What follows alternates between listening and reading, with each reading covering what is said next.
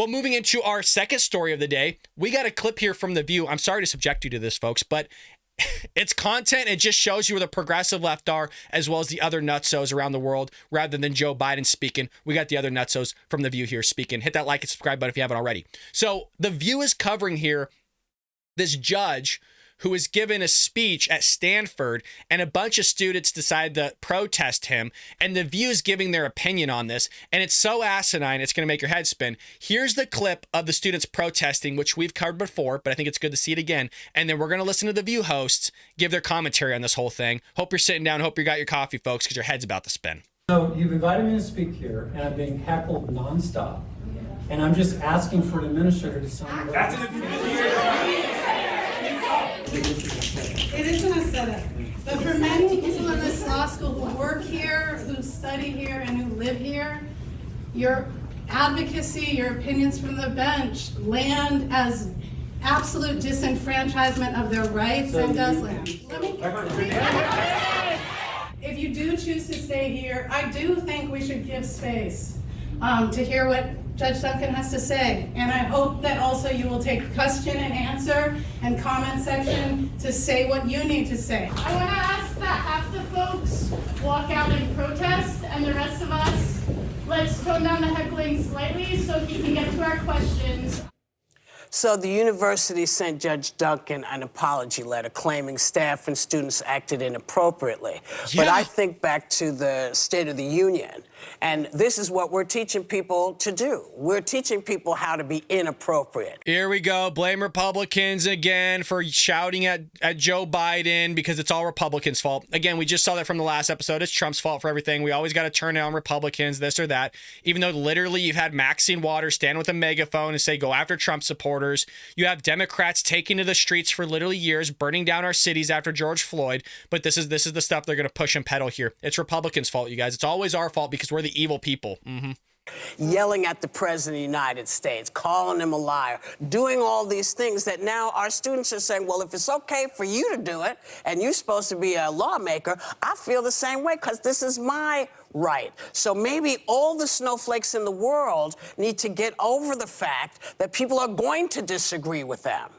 You see, it's not just one side or the other. Everybody has to understand this is how we live. We don't all agree. We do disagree. Yeah. And it's your right to stand up and say, hey, I don't agree. And then either leave or let somebody else tell you what the issue is. But we don't show our kids that. We show them the nasty part now. Or you could show your kids the good part and how to behave and how to act moral and not shout at people and, I don't know, not interrupt them. Now, what she said, there was some definitely good in there. I know you might be thinking like, well, Brad, that sound pretty good. I don't know why you're showing this. Watch how this one spins real quick. The ironic part for me on this is, and the reason I got on our radar screen today, is because talking about snowflakes, it's not just the name of Ted Cruz's little poodle that he abandoned when he went to Cancun. It's also what he is, because you see, Ted Cruz reached out to the Texas Bar Association, according to our Hot Topics, and asked the Texas Bar Association to investigate any of these students at Stanford that were part of the protest. Now, I have a suggestion for the Texas Bar Association. Maybe they should investigate the senator and lawyer who spread a big conspiracy theory, a big lie, and promoted, and that led to an insurrection on January 6th. That's my... Oh, here we go, folks. The insurrection's back once again. The people that peddled the same footage that the January 6th committee did, that hadn't even seen all 40,000 hours of it, haven't seen the vast majority of it, even though we know from the timestamps of the clips that they did in fact see it, but they decided not to show any of you it. You know, talk about conspiracy theories about January 6th. You got a conspiracy theorist here that peddled the same thing that the January 6th committee said, and is still doing the same thing now, even though we've seen the evidence that it wasn't as bad as they mentioned. Look, there are idiots that did it. We 100% agree, but it wasn't an insurrection, lady. It wasn't even close. If you really think that's an insurrection, you're an idiot. I got no qualms about saying that on public airwaves right now on YouTube. You're an idiot if you really think that was an insurrection. If you really think the government was being taken over when people are standing in line, walking around, taking selfies, telling people to go back home, stop doing what you're doing. It's so asinine, but you know, we're all conspiracy theorists, folks. Everything that we said over the last 3 or 4 years never came to fruition once at all. It's still all fake. It's fake news. My suggestion to the Texas Bar Association. I think for me, what was so offensive is that one of the first classes you take in law school, in constitutional law, teaches you about the freedom of speech. And college and law school is a wonderful place to have this exchange of ideas. It gets heated sometimes. I speak around the country, and so do you a lot. And you teach a class. You speak around the country. We all do. And that's the part that I like. I like the Q&A. I mean, you know, come at me. Let's have those discussions because that is what the free exchange of ideas is about. We have a clip of what this judge, when he was exercising his free speech, said to one of the students. You don't respect the assignment. It's disgusting. It's disgusting. It's disgusting. You're calling her an idiot. So he called her an appalling idiot. Not wrong. Not wrong at all. She is an appalling idiot. Because the man have been more truthful and spot on. I think that's beneath the dignity of a judge. I think when you have a younger law student come to you, and I've had some of them really kind of heckle me and attack me, and I'm like, all right, you done? Let me respond. That's the free exchange of ideas that we should have seen here. You done? Let me respond. Sometimes they don't let you respond, lady, which is what the whole thing was about. The fact that he couldn't even give a speech in a Q&A. Even the people were like, hey, we probably should tone it down a bit. The guy can't even talk. So why don't half of us kind of leave the room and protest? And then the other half will just kind of bring it down a bit. We'll only interrupt him every now and then. Why waste your time answering their questions? And by the way, why show them any part of dignity and respect when they didn't show them to him back? If you want to show me respect, I will show you respect back. If you're not going to show me respect, I'm gonna give you right back what you gave me. But why don't you come back at me? I'll come back with you something.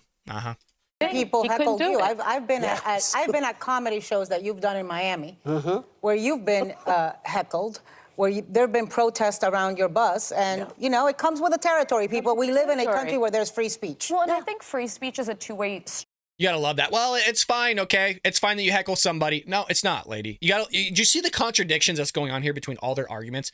At one end, Whoopi Goldberg is like, we should allow free speech to thrive. We should allow people to speak, but do it like one at a time. Allow somebody to speak, and you come back with the arguments.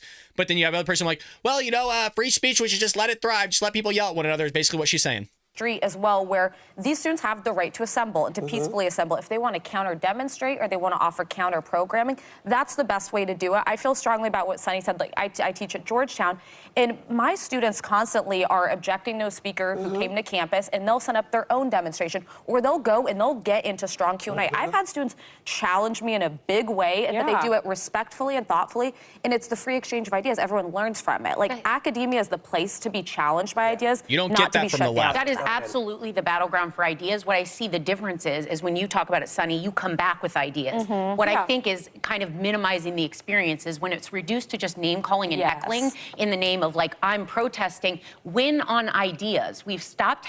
You notice that she's not calling out the side that does the heckling. You know she's not calling out the side that's been known to sit there and show up to conservative speakers or conservative judges to sit there and heckle them to make sure they can't say anything, to protest them in person. You know, she's not saying that group, the progressive left, the Democrat Party that primarily does it. I'm not saying Republicans don't do it, but if you look at proportion, all the time, we see this all the time of conservatives, Republicans being shut down at these universities. So she's just going to leave out on who's doing it because, her crowd right there is not going to like it. The people that are showing up to watch her is not going to like it. Having productive disagreements where you win on ideas. The rest of it's just noise, and you feed the other side narrative of they don't let me talk. So win with words. Like, what's the other side? And use your words. He's a federal judge.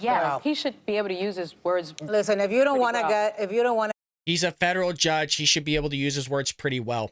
How are you supposed to get a word in when somebody's yelling at you? Again, it's so crazy, these women. I'm sorry to even subject you to it, but I think it is important because, again, this shows you the side of the Democrat aisle. This shows you the side of the progressive left on just their thinking, and their thinking is asinine. I hope you enjoyed that clip from the Bald Brad Show. If you did, make sure to hit that subscribe button so you can stay up to date on all our future content.